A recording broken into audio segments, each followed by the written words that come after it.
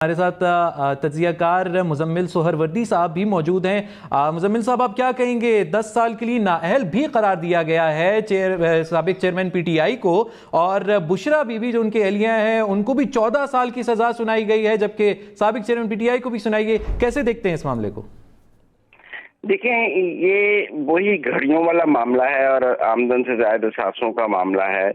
और ये नया कानून बनाया गया था कि जो आमदन से ज्यादा नैब के केसेस हैं इनमें नाअहली 10 साल होगी,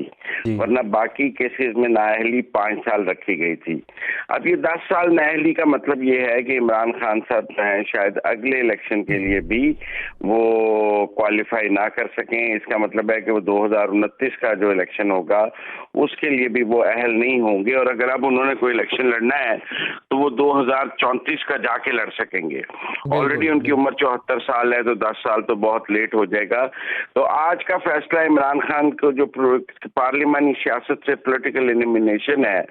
उसको मुकम्मल करता है, और इसके बाद उनके पार्लिमान में आने के तमाम रास्ते, ये लोग कह रहे थे कि अगले इलेक्शन में तो फिर इमरान खान मौजूद होगा। लोगों की ये राय थी कि नाअहली 5 साल के लिए है, तो अगले इलेक्शन में तो इमरान खान फिर मौजूद होगा। तो अब वो अगले इलेक्शन में भी आपसे हम तज्जिया लेते हैं, राय लेते हैं इस बारे में। हमारे साथ जो है माहिर कानून हाफिज एहसान साहब भी मौजूद हैं।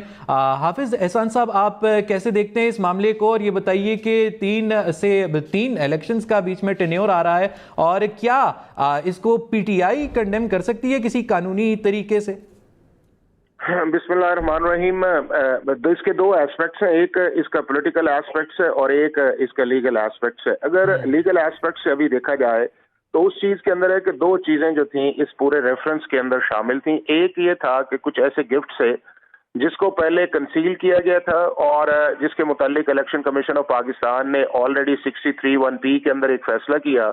और प्राइम मिनिस्टर को डिस्क्वालीफाई कर दिया फॉर द करंट टर्म जी, जिसके ऊपर जाके एक पनिशमेंट भी आई और उस पनिशमेंट के ऊपर 3 साल के लिए उन्हें सजा दी गई, और उसके अंदर भी जो है उनकी कन्विक्शन जो है वो स्टैंड करती है और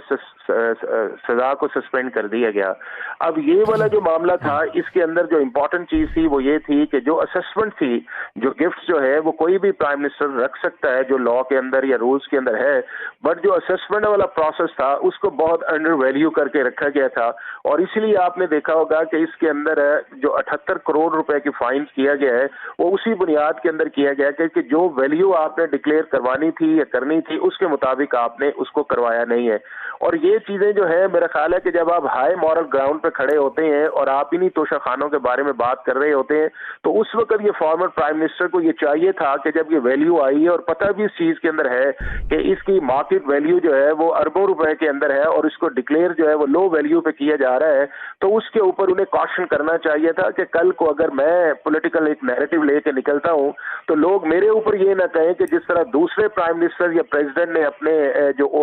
गिफ्ट से उनको इस तरह अंडर वैल्यू किया है तो मेरे सामने वो चीज ना आए। और वही चीज इसके सामने आई कि जब बार बार एक्सप्लेनेशन मांगी गई और फिर ये है कि जब उसको दोबारा रीअसेस करवाया गया जो इंटरनेशनल फर्म थी, तो उसके अंदर आया कि उसकी जो एक्चुअल प्राइस थी उससे बहुत लोएस्ट लेवल पे जाके उसे करवाया गया। और जब आप इसको करवाते हैं तो फिर आपका चूंकि पब्लिक ऑफिस होल्डर है तो सेक्शन 9 जो है उसका अट्रैक्ट करता है और उसके अंदर जो सजा जो है वो 14 साल की सजा उसके अंदर जिक्र है। और सेक्शन 15 जो नैब ऑर्डिनेंस 99 का, उसके अंदर जो है वो जज जो है डिस्क्वालीफाई भी कर सकते हैं और उसके अंदर उन्होंने 10 साल के लिए डिस्क्वालीफाई कर दिया है। तो ये 2 चीजें मैं समझता ये हूं कि उसकी बुनियादी वजह भी ये थी कि जो प्राइम मिनिस्टर ऑफिस के अंदर बैठ के जो एक लीगल कॉशन करना चाहिए था कि जिस वक्त आप पूरे मुल्क के सिस्टम को चैलेंज कर रहे हो और जो लोग दूसरे हैं उन्हें आप उसी केस के अंदर ट्राई भी कर रहे हो, तो फिर आपकी रिस्पॉन्सिबिलिटी ये बहुत ज्यादा थी कि इस तरह की जो चीजें हैं वो ना आए ताकि मेरे खिलाफ वो चीजें कल को इस्तेमाल ना हो। वो कॉशन किया नहीं गया, जिसका रिजल्ट आपके सामने ही आया कि पहले इसी केस के अंदर वो उनको इलेक्शन कमीशन ऑफ पाकिस्तान के अंदर डिक्लेयर नहीं किया गया, और जब वहां नहीं डिक्लेयर किया गया तो उसका कॉन्सिक्वेंस जब इस साइड के अंदर आया तो फिर वो जो असेसमेंट वाला मामला आया और उस असेसमेंट की बुनियाद के ऊपर आप चीज आई। अब ये नैरेटिव इसके अंदर लिया जाए कि जी दूसरे भी इस तरह करते हैं तो दूसरों के मुतालिक तो ऑलरेडी जो है वो एक डिस्क्रेडिट वाला सिस्टम चल रहा है, और अगर वो डिस्क्रेडिट सिस्टम अगर आप अपने ऊपर अप्लाई करते हैं तो फिर उसके लिए मेरा ख्याल ये है कि जो आपके फॉलोअर्स हैं या आप एज ए प्राइम मिनिस्टर जो है फिर आपकी वो मॉरल स्टैंडिंग नहीं रहती। और उसी का रिजल्ट ये निकला है कि जो आज जो फैसला आया और उस फैसले के अंदर जो है वो 14 साल की कैद और 10 साल के लिए डिस्क्वालीफाई कर दिया जाए। अच्छा, ये बताइएगा हाफिज एहसान साहब के अभी कानूनी रास्ता क्या है पीटीआई के पास कि उसके अगर रहनुमा इसको कंडेम करते हैं या फिर इसके खिलाफ अपील दायर करते हैं, तो ऐसा कोई रास्ता है उनके पास कानूनी तौर पर? दोनों रास्ते अवेलेबल हैं। एक रास्ता अवेलेबल ये है कि इसके खिलाफ अपील जो है वो इस्लामाबाद हाई कोर्ट के अंदर की जाएगी और इस्लामाबाद हाई कोर्ट का डिवीजन बेंच जो है इसको सुनेगा और उसके बाद जो अगली चीज आएगी को सस्पेंशन ऑफ सेंटेंस की एप्लीकेशन दी जा सकती है। लेकिन वो जो सस्पेंशन ऑफ सेंटेंस है वो जो है वो डिस्क्वालिफिकेशन को खत्म नहीं करेगी, क्योंकि नैब लॉ के अंदर दो चीजें हैं, कन्विक्शन भी है और डिस्क्वालिफिकेशन भी है। और कभी इस तरह नहीं हुआ कि सस्पेंशन के साथ डिस्क्वालिफिकेशन को भी सस्पेंड किया जाए पिछले 24 साल के अंदर नैब लॉ के अंदर। तो अब ये है कि जितनी देर तक इसका फैसला नहीं होगा इस सारे एक्सरसाइज के अंदर इनके एक्विटल का, उतनी देर तक तो सेक्शन 15 के नीचे डिस्क्वालिफिकेशन जो है वो स्टैंड करेगी। और जब वो स्टैंड करेगी उस मामले के अंदर तो फिर ये है कि जो फॉर्मर प्राइम मिनिस्टर है वो पाकिस्तान के इलेक्टोरल प्रोसेस के अंदर हिस्सा नहीं ले सकते। और अगर आप आज उस डेट से इसको काउंट करें तो अभी ये इलेक्शन है, फिर उसके बाद हो सकता है अगला इलेक्शन आए और उसके बाद वो चीज आए। लेकिन अगर उससे पहले पहले ये सारी चीजें जो है वो क्लियर हो जाती हैं तो जिस दिन ये सजा खत्म होगी या इसको रिवर्स कर दिया जाएगा,